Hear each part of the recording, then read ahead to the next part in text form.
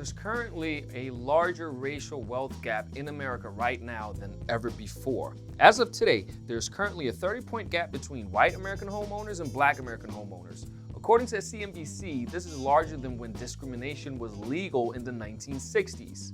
And according to Duke University, the number one driver behind the racial wealth gap comes from a lack of home ownership.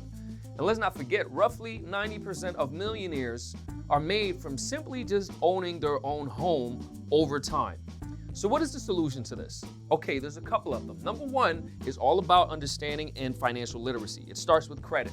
Make sure you have good credit and make sure you build it to the point where lenders are comfortable with you. This is what will allow you to go out there and buy a property.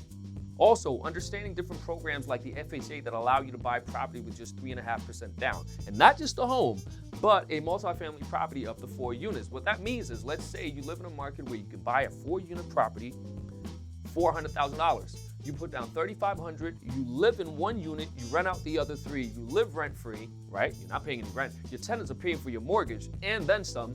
And you get an asset that appreciates over time, and you put yourself in position to where you can actually become one of the 90% of people to become millionaires just from owning a property.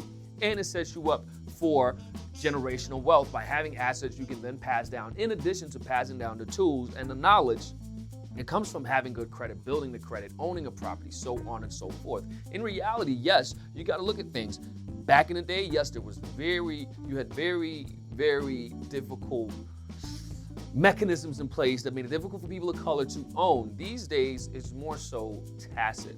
Again, there's nothing legally that stops you, but if something is passed down from when it was that way, it's difficult to break, which is why we're covering this here. It's a very serious issue, and it is something that also can be corrected. It's just a matter of, again, as I summarize, making sure you understand financial literacy, build credit, understand different programs that allow you to own with very little, but also allow you to save money, build your wealth, grow your net worth over time, and have something to pass down to your children. And that is the way, one way anyway, that we can put this wealth gap, reduce it just a little bit and create a more equitable society for everybody here. But ultimately, it comes down to the individual. Before you can change the macro, you got to change the micro. And the micro starts with one person, another person. Before you know it, the numbers are down. Let us know what you think. Any questions, comments, drop them below.